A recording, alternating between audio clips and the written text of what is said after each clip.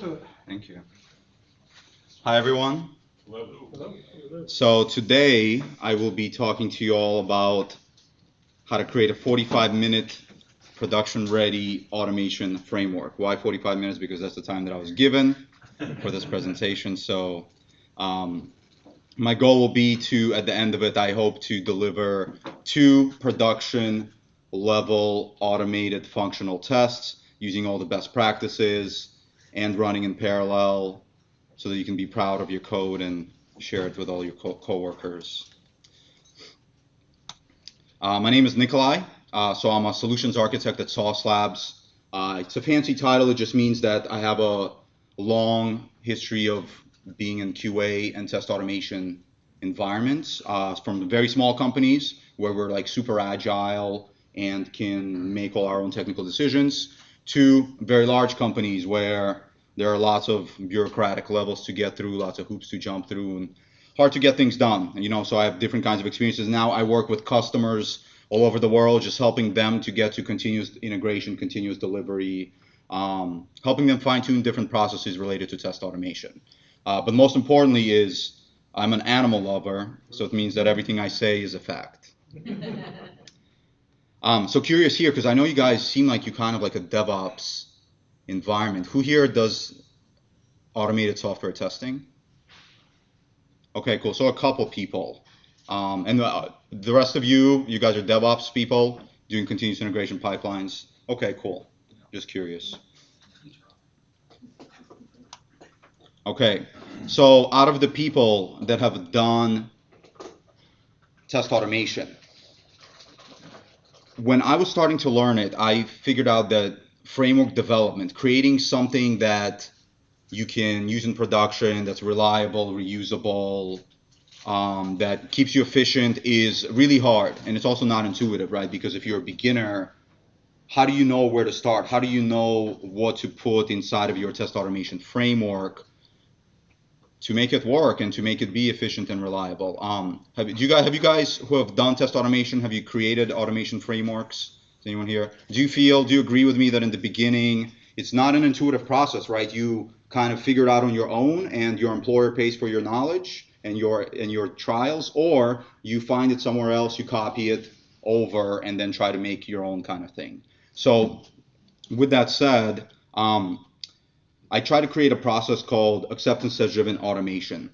So it's basically a methodology that you can use, and I've used for numerous years now, to help make the process of test automation frameworks more intuitive and letting the IDE, letting the code guide you into the actual framework development without forcing you to over-engineer your solution, which I find a lot of times when I was starting out or when I see other people doing it, we tend to over-engineer things simply because we're always trying to predict for the future. And this technique kind of keeps you away from that and keeps you focused on the current requirements so that you meet them and help your employer with your automation as fast as possible.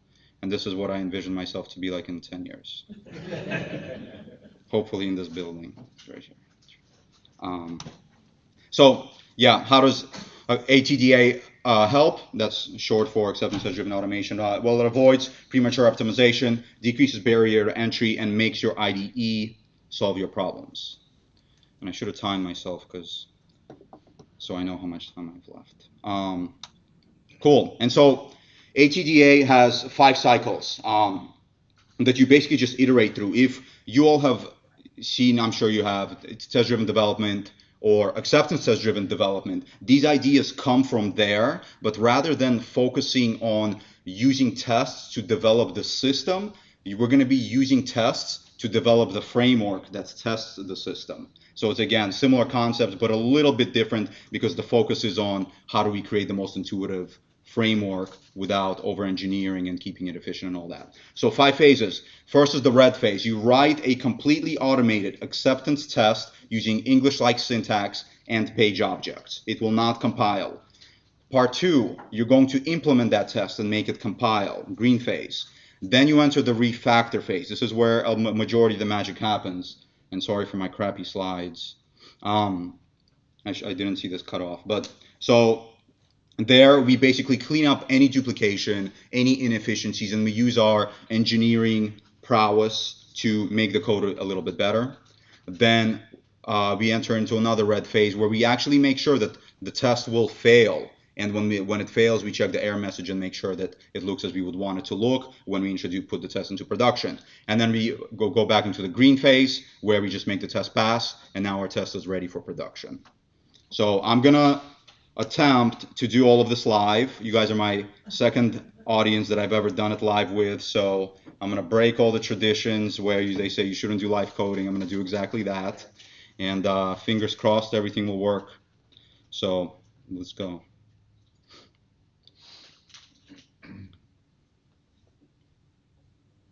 Weird, super slow to load. Give it a second.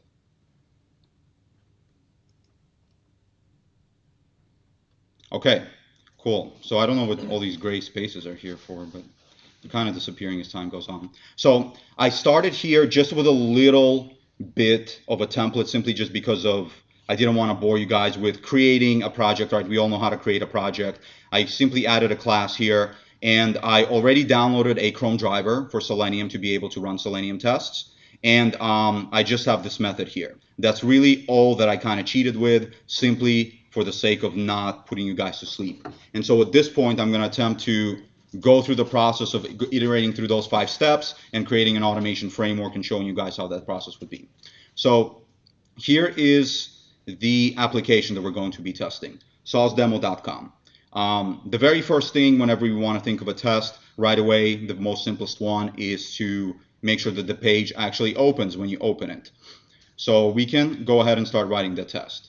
So remember, we're going to enter the red phase. So we're going to write an English-like test using page objects. And it's not going to pass, but that's okay. So the very first thing that we need is a login page. So I'm just going to code out a login page here.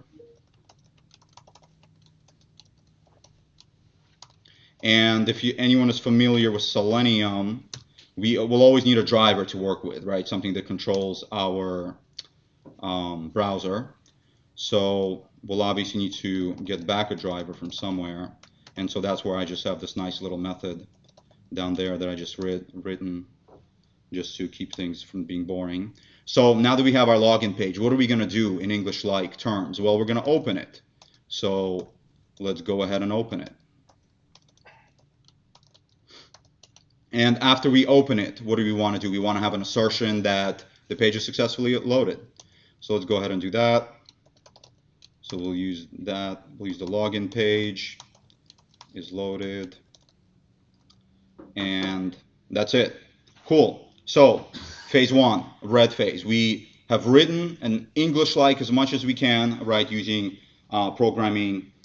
We've written a test that reads like in English and has an assertion, and it does what we want it to do.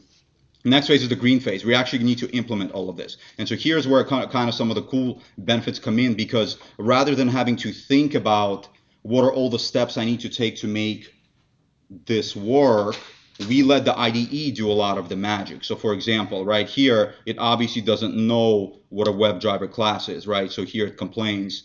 And so we know that we just need a Maven dependency in this case. So we can come here, search for Selenium. It's going to find us our Maven package. Let's go ahead and add it. I don't want to add the alpha yet just because I'm not comfortable with it. And so then it just wants us to import the class. Boom. Let the IDE solve the problem for us. We don't need to think about what do we need to import. None of that kind of nonsense. So here is obviously complaining about this class not existing, right? So let's go ahead and create the class. Oh. So there's the class. Fantastic. Done. Didn't even need to type anything out. So now over here, it's obviously complaining that the login page doesn't have a constructor. So let's add a constructor, and let's set the driver of this class to the driver being passed in. Then, of course, it complains that it doesn't have this property. So let's create a field. Cool, done. IDE doing pretty much all the work. We're just doing a little bit of the coding here. So open method doesn't exist either. So let's go ahead and implement it. So this is where we can actually use our driver to do stuff using Selenium. And let's go navigate to this URL.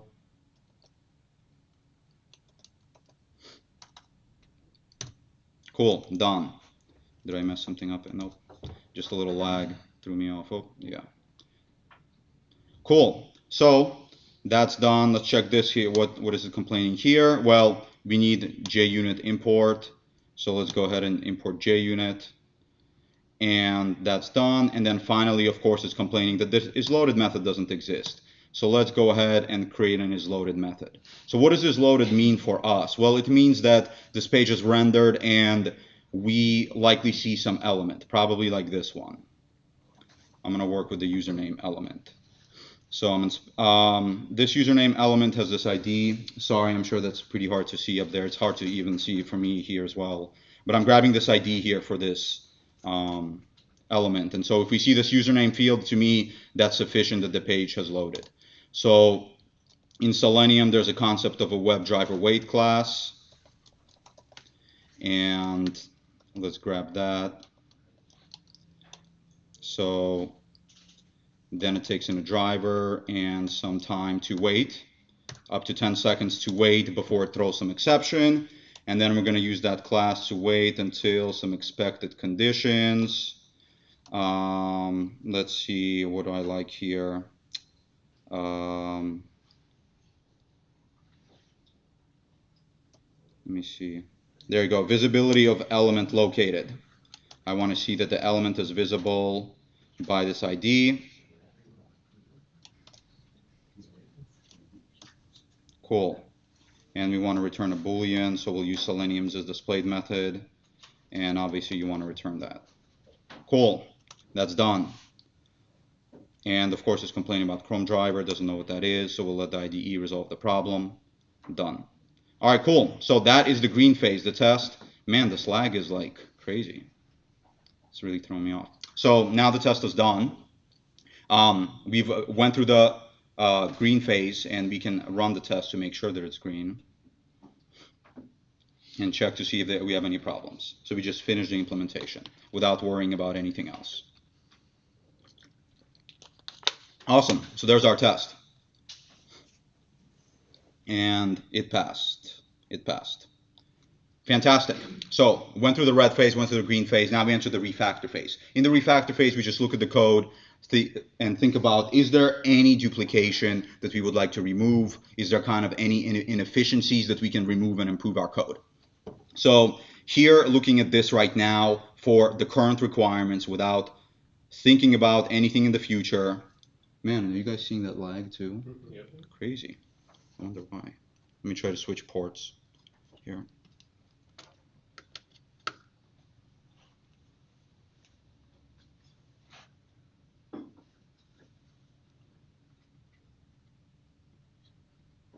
Yeah, crazy. Sorry about that lag. I don't know what the deal is.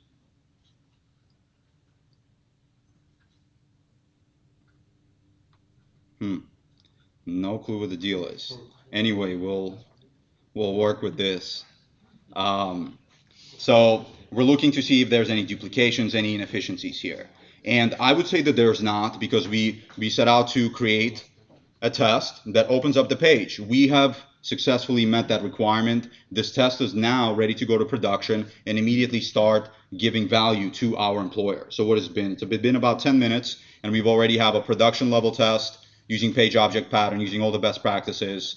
And we can introduce this into production, start running it, start checking to see if our application is actually working. So we're going to take this a step further because it gets really fun as you expand the framework, and you guys will see the rest of the logic. But let's finish the last two phases. So there's another phase where you want the fourth phase. Crazy.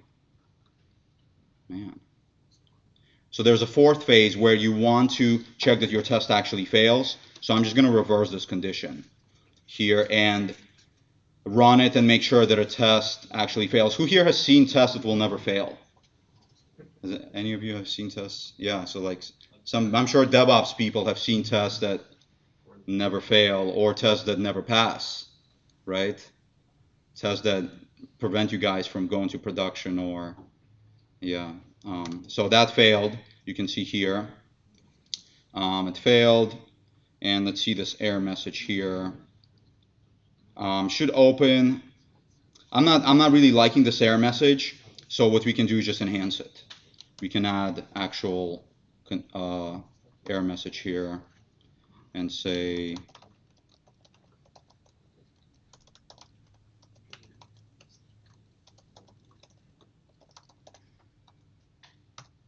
cool. There you go. So then when it fails, it'll be a better error message. And then we just return it back to green just to make sure it's passing. We didn't break anything. Man, it's so slow. Let me use my terminal here.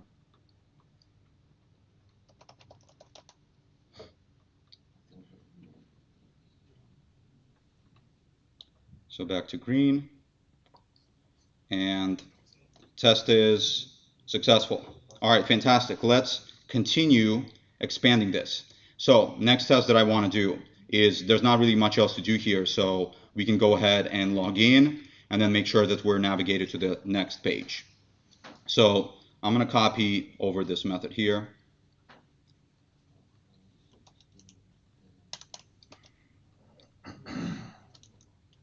And let's call this should log in.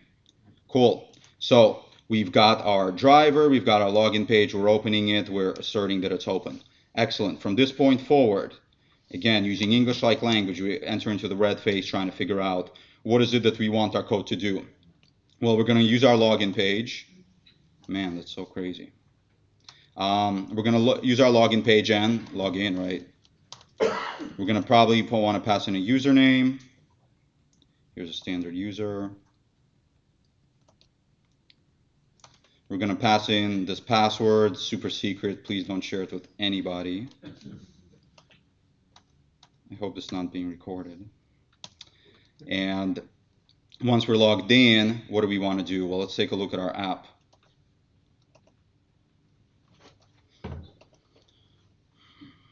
So it brings about this products page where you guys can order your favorite products. So I just want to make sure that this page is loaded, right? So let's do that. We're going to use our assert true, and then we're going to pass in a message here because remember I didn't like the previous error messages. So say products page should open when we log in, and let's actually do the logic. So we're going to have a new products page that'll take a driver because we need it to manipulate the browser, and we're just going to do is loaded. All right, cool. Of course, we can put this in its variable, but I don't need to waste time with that. Cool, so that is the red phase. Test, written in English-like language. I think it's pretty readable. Do you guys agree that it's pretty readable? I'm not just crazy. Show of hands. Cool, okay, cool. Just making sure I'm not that's crazy. Okay, cool. So now we implement it.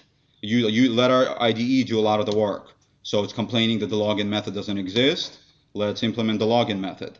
So let's change this and call it username.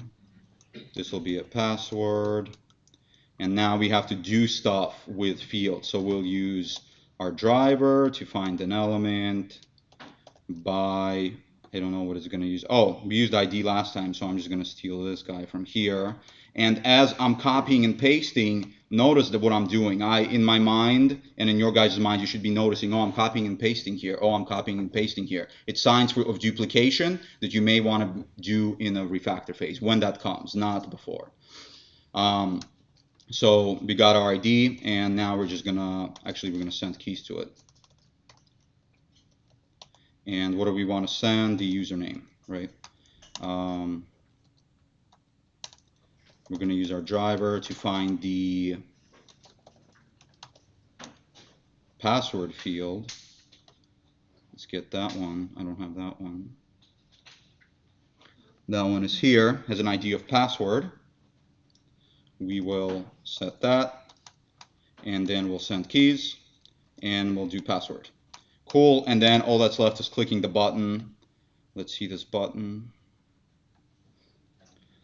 That button does not have an ID, which sucks on us because we created this demo app, but we don't follow our own best practices. But let's use this class. We can check that this class is unique because I can just search for it here, and you can see there's only one of it that shows up. So it's unique, even though using a class for element locator is not the best idea. Class name, and let's click it. Sweet, that is the login method. And now all we have left is to implement this product page that our IDE is complaining about. So let's create a products page. Done. We'll do the same thing. We'll need to give it its own driver that it can use in the class. And we will create this field that it's complaining about. Great, fantastic.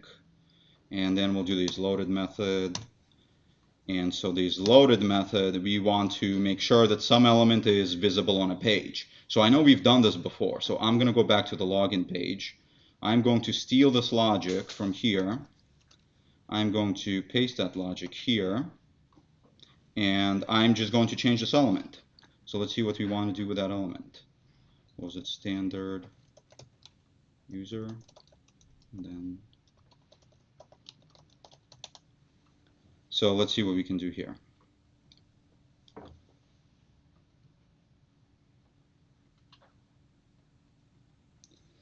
So I see here's an element with an ID that I like, inventory container, right? So if this inventory container is present, then that is good enough signal for me to let me know that we're on the right page. You can do many options here, but I'm just going to go with that. Oh, whoa, didn't copy it.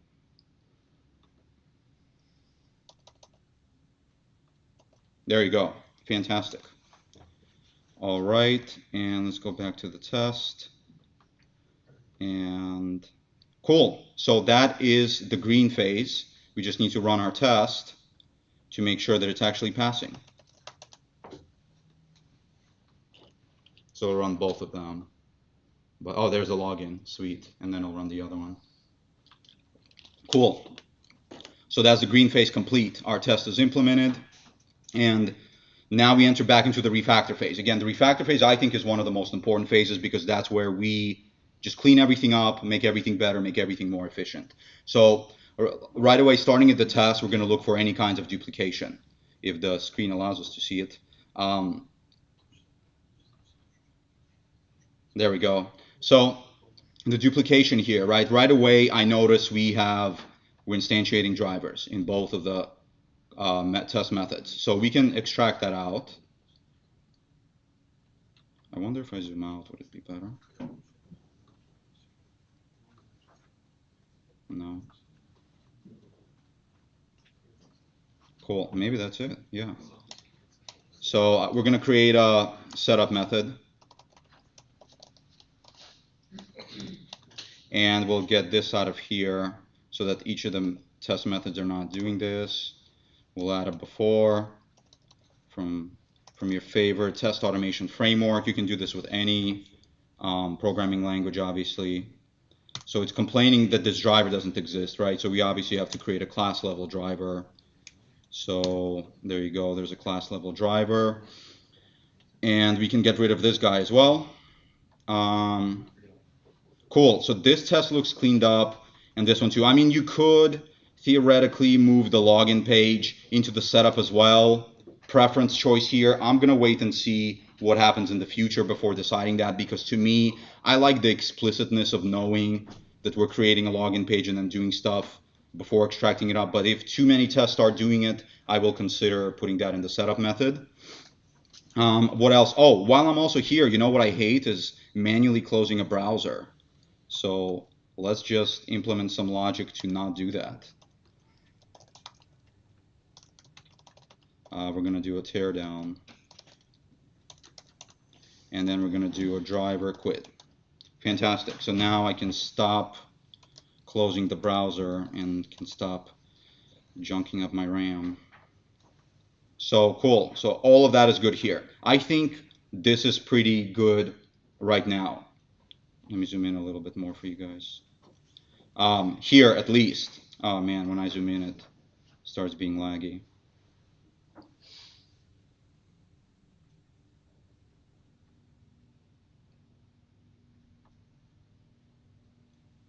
There, maybe that's going to be A balance of lag and zoom. No, not a balance. Sorry. Sorry, you guys have to see small text. Can you guys read that okay? Okay, cool. So that's just the test level. Let's continue on our page objects levels. So as you guys saw me creating 2-page objects so far, they have a lot of duplication in here. One of them that I noticed right away is both of them are creating drivers. Well, they're taking in drivers and then setting them. So how would we tackle that challenge? Base page. By what?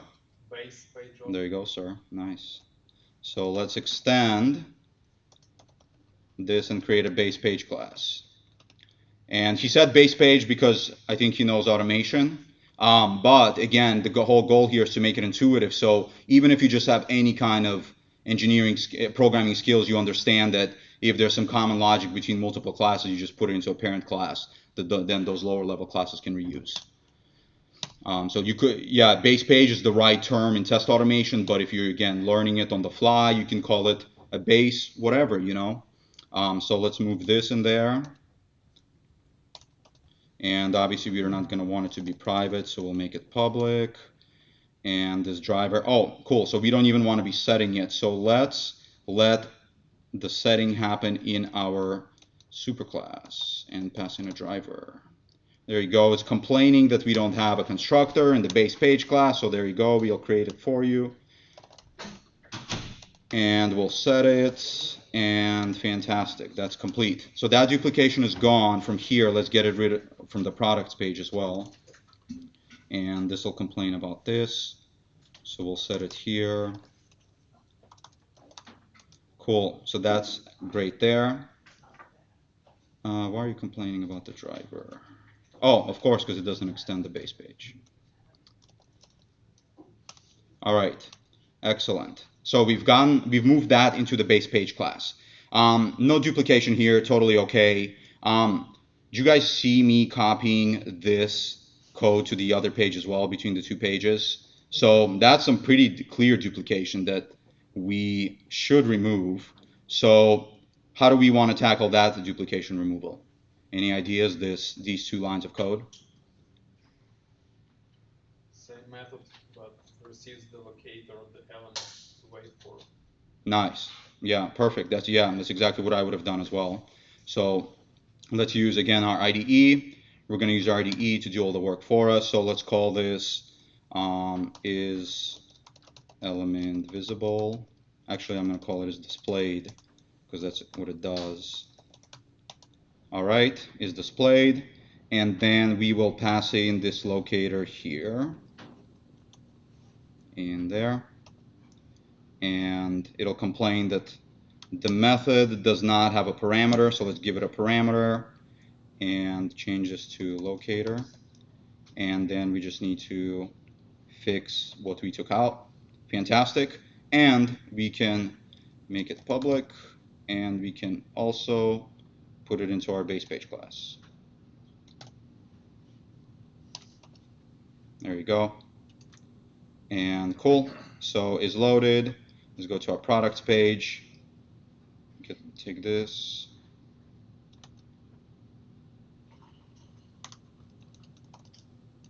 Oh, yeah. All right, fantastic. So this class is super clean, right? All the duplication is gone. And the login page class is pretty clean. What I don't like here is that you can see it's duplicating the element locators, right? So if this element locator changes for whatever reason, even better example is imagine if this one was being used and in the future we add an ID, maybe we want to change it. So we can stick that into like a getter. So let's do that. And I'm going to call it just get username locator. And that's just going to return this guy. And so then this can just call that method. And we can get rid of this duplication here as well. Fantastic. Get rid of that. Why are you complaining? Return public by get username locator return. Oh, nice. Thank you. Yeah. Peer programming at its finest. Yes, exactly. There you go. Peer programming with 30 people.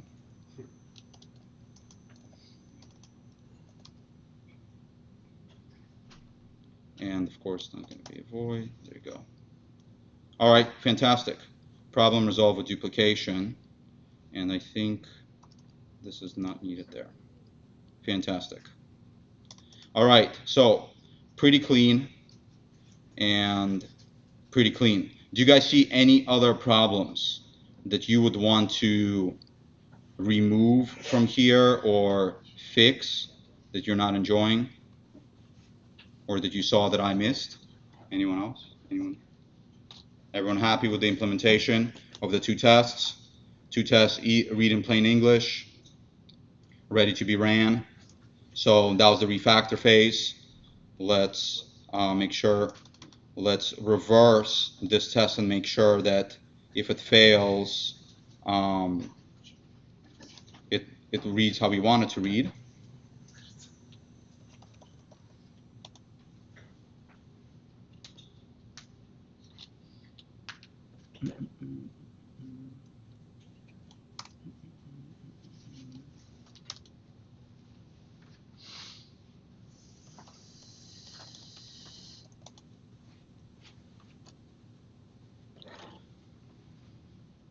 Product page. Oh, missing a return statement, sorry. There we go.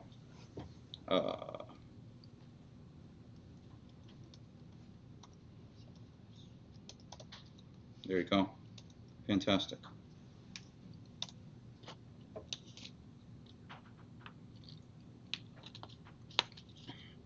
Cool, close my browsers, which is the most important part.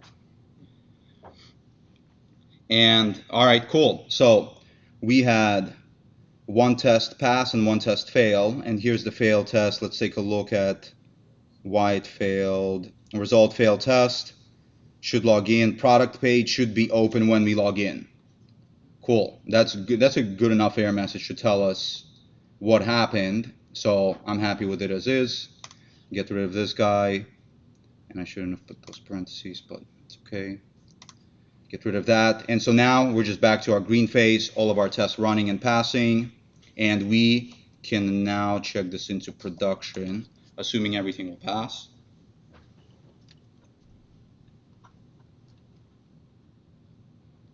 Cool. All right. So that was two tests, both passed.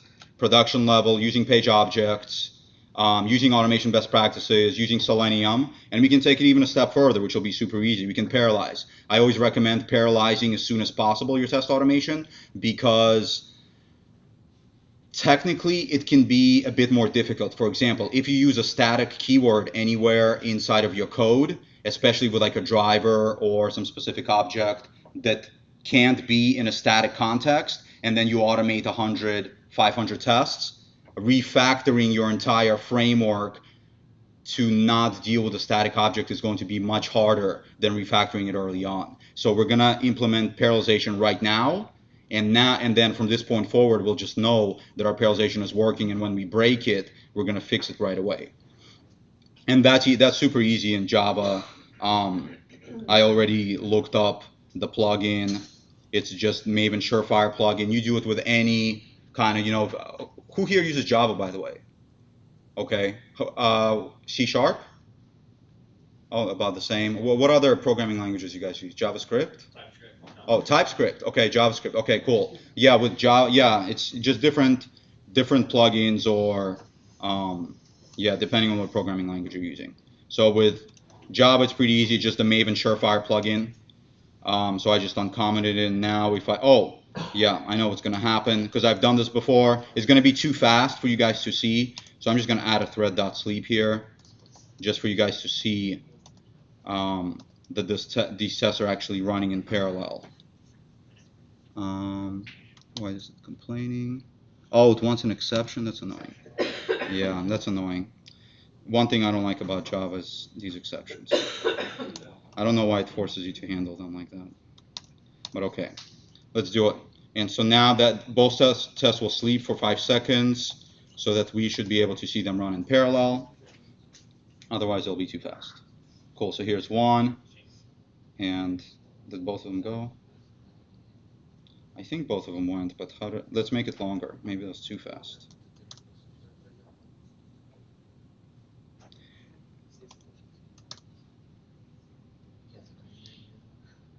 And let me see this.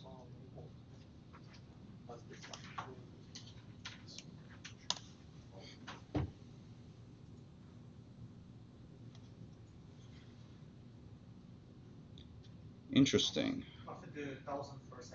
I'm sorry? Oh, cool. Yeah, that's exactly what I was checking. I appreciate you. Yeah, I thought, I was like, I thought it wasn't an int. So let's do, appreciate it. I am not a 100% Java expert. I'm a C# guy myself, but I'm doing it in Java because it's usually the most popular programming language, at least for Selenium. Cool, there you go. 2 browsers running. And if I hooked it up to Sauce Labs, you could have seen it run in parallel there, but I wanted to do it locally just in case we have internet issues. Cool, so that's it. 2 production level tests. Ready. We can check it into production. We can start running, checking our applications, making sure that they're working, using all best practices. The beauty about this is not over-engineered. We met whatever the requirement was that we had. If we need to add another test, we add another test, and we just push that into production. We have the page objects that exist that only need to exist. We don't have any more than that. As we go along, what's going to happen is we're going to introduce more page objects. We're going to have some helper methods. So at that time, when you start seeing those kind of patterns, that's when you start tackling those issues. And maybe you can put your page objects in a folder to organize it. Maybe you can put your helper methods into a class. Maybe you can organize some test data. You can start organizing your test data. So just tackle those challenges as they come along, and just keep iterating through those cycles. And that's it. And now it's time for cute puppies. Do you guys have any questions? Yes, sir. So you use JUnit. Have you ever used, well, you said you're a C# guy, but have you ever used TestNG with Java? Yes, I have. I lean towards JUnit because TestNG's parallelization natively is not thread safe. And so, to me, parallelization is one of the most important aspects of test automation. And so, the fact that JUnit, TestNG is not thread safe and you have to do a bunch of weird stuff like thread local automatically puts it at a disadvantage. So I'll stick with the easier tool to use instead of having to jump through hoops to do one of the most important things in test automation. That's why I prefer JUnit. Yeah, no problem. Anyone else? Yes, yes, sir. The question was, so you're a C# guy, so your Udemy courses, and I was working with C# before. The main question was what testing library to implement, either MS Test or NUnit or XUnit. I had like multiple opinions on that, so I didn't know what to choose. So I choose like MS Test because it was well integrated within the Azure DevOps. But NUnit, I think that's more preferable, but it's hard to do parallelization for that. And some people still prefer to use like XUnit. So what's your preference when it comes to testing library? So definitely not XUnit. I don't understand its purpose. No, like it's a weird, it's such a weird syntax and tool. You know, from the rest of the world, nobody does what XUnit does. I don't know why they went in the direction that it does. So that's why I don't go there, because it's almost like a whole new thing that you got to learn. You got to learn their syntax and how they do stuff, and it's like, why that extra work? I always try to keep things as simple as possible. So in terms of NUnit versus MS Test, I go back and forth. NUnit is more popular because they were ahead of Microsoft in their unit testing capabilities long time ago. They were doing things that Microsoft wasn't doing with their MS Test. And so they can do stuff.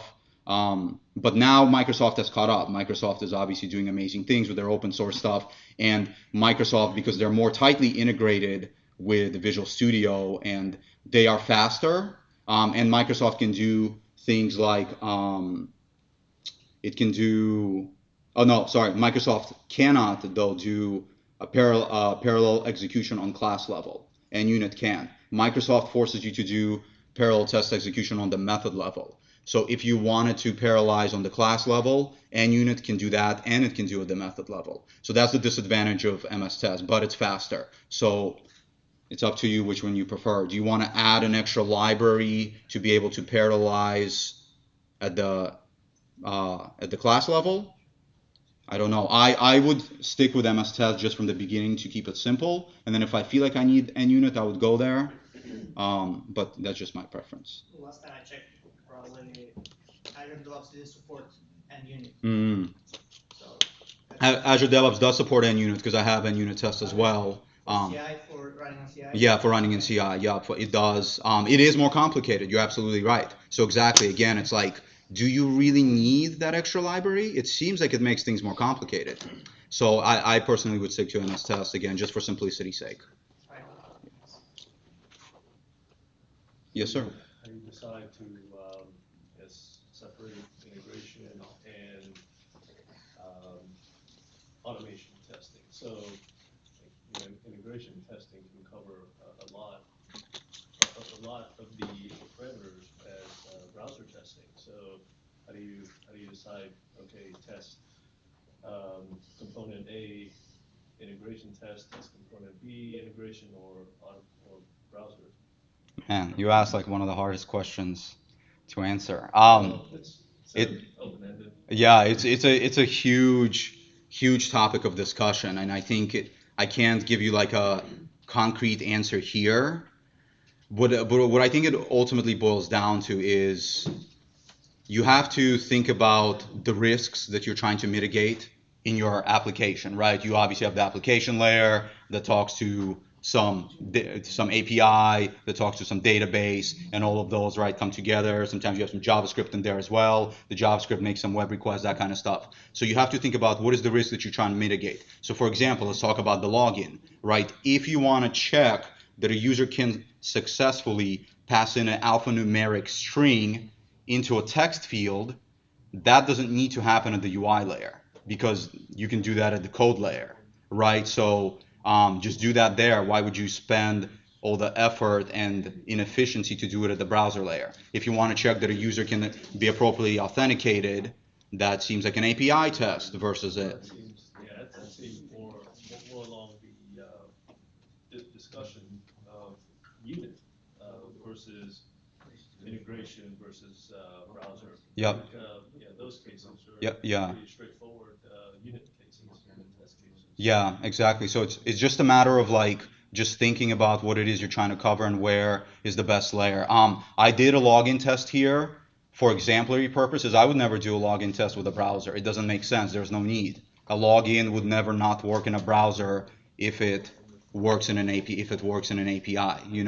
It's like, and I see actually many of us in the industry, we are automating the login through the browser. I think a lot of it is because we don't know that we can just do a web request and validate that the login works. But yeah, again, yeah, so it's just kind of having those conversations. I think a lot of it boils down to the automation engineer or the tester talking to the developer to figure out where those gaps are and how to cover them better. Does that answer your question? Yeah, I think it just boils down to conversations and thinking.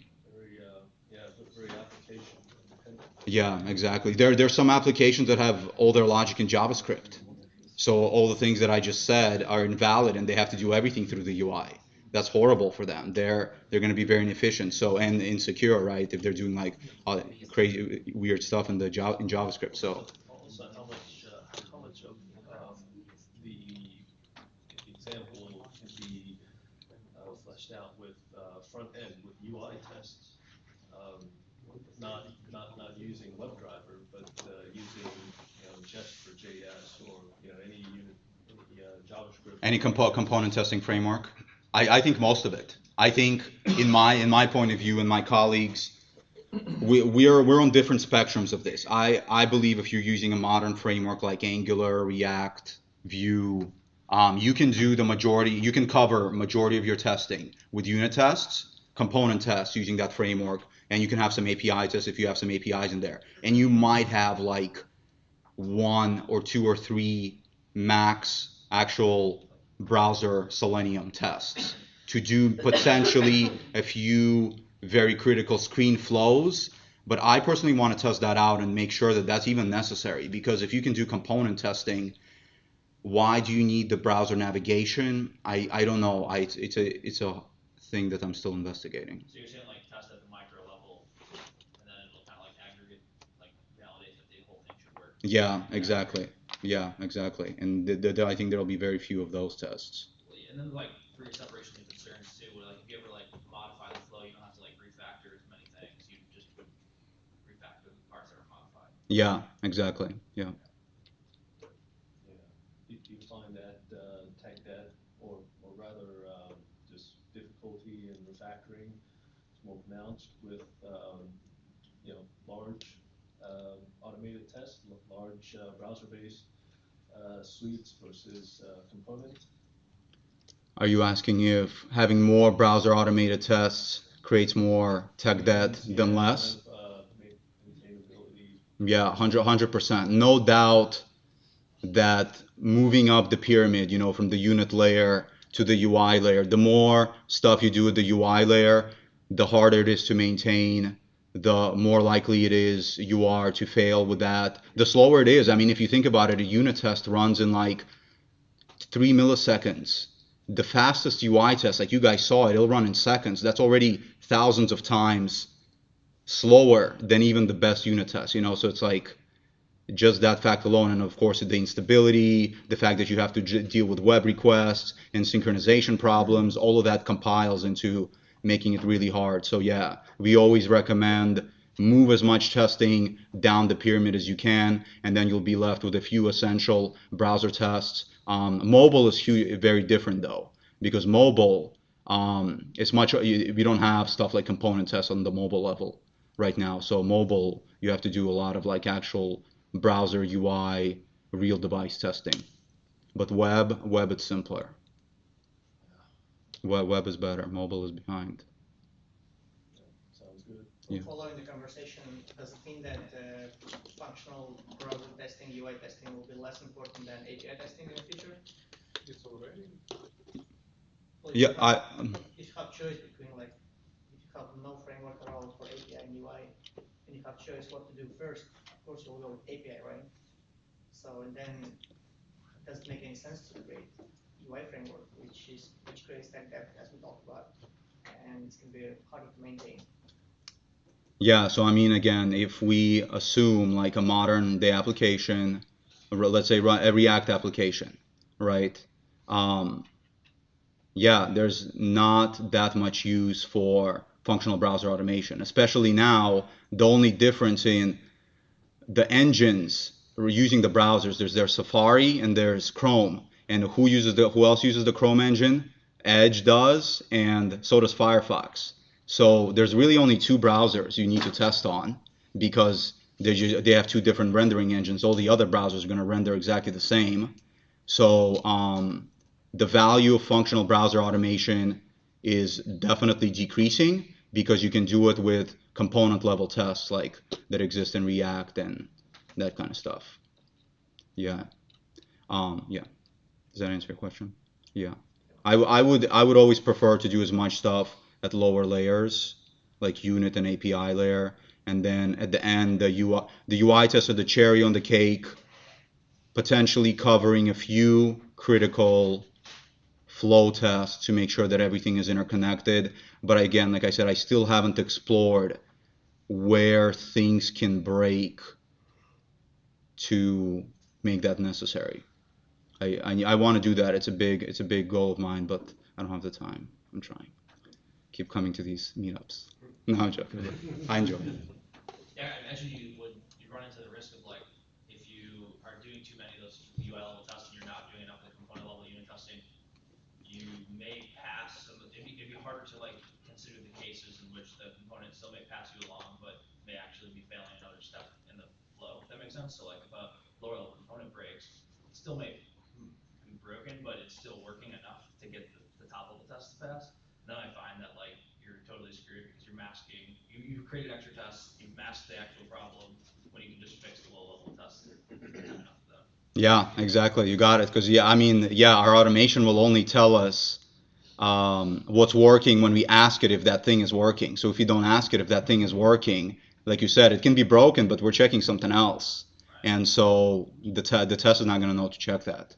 Yeah, so the lower level test will, help to catch that if you're focused on it. Yeah, if you like have like a login and somebody's getting logged in, like they might still make it to the home screen, but like you might have other like post functions and like things that are executing for like audit or whatever that aren't passing and working. So it's just masking like other functionality not working. Yeah, exactly. Yeah, that's a large problem with browser level tests is that they're not very focused. They test multiple layers. They test the API layer, they test the code layer, and they test the UI layer all together. So we talk about encouraging atomic tests as much as possible. So for example, in that scenario, he was talking about login. If you want to test the login, you can pull it up in a browser and test it there, but you don't want to test anything else. So now what do you want to do if you want to test the next page, which is that products page that I was showing you guys after the login? Well, we would need to have a way to not log in, be able to pull up that page on its own and then test whatever you want there. And so if you have a multi-step flow, you need to be able to control the state of the application before, let's say, the 20th page that you want to check. You inject some JavaScript or some API, do an API call, inject the state into that 20th page, pull that 20th page up, and then test it in isolation so that you can check that specific functionality. But then again, if you have component tests, why do you need to do that?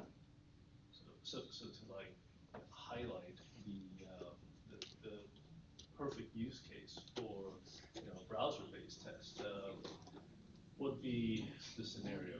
So say okay, have maybe a user flow of logging in as a particular user type. Create a login, create a session as maybe a Google login user, or some social login user, followed by okay, render some specific output for a Google login user, followed by present an element, something. What would be, so along those lines? What would be the sort of use case you'd look for that that speaks? Okay, I need a browser-based test for. Well, my question to you would be, what are you trying to test? What is the feature that you're trying to validate? Well, I guess it could be anything. I'm just trying to like put a finger on what would be like the perfect use case For the browser to turn to browser yeah, automation. Yeah. So something in the mind sort of clicks and says, okay, well, I can't get away with a component level test, or just a basic um, contain test. So I need a browser test for Yeah. this. Yeah, I also can't 100% pinpoint you on the exact way to determine that. But I would put it kind of like this. Keep in mind that a browser brings together your components, it brings together the API, it brings together everything. It's like an integration environment of all the things. So if you need that integrated state existing to check something, that's when you would check it. If you don't need that integrated state. And so, yeah, I don't know, like that's also I'm still something I'm exploring. What I've heard from many other experts, like like Selenium contributors like Simon Stewart or David Burns, is they say you should have like one or two critical flow tests. Whatever that critical business functionality is, have one or two of those, and that's it. That's what they say. And that's what I keep saying as well. That's a good general answer. Yeah. Cool. Anyone else? Thank you guys for all your questions. That was awesome discussion.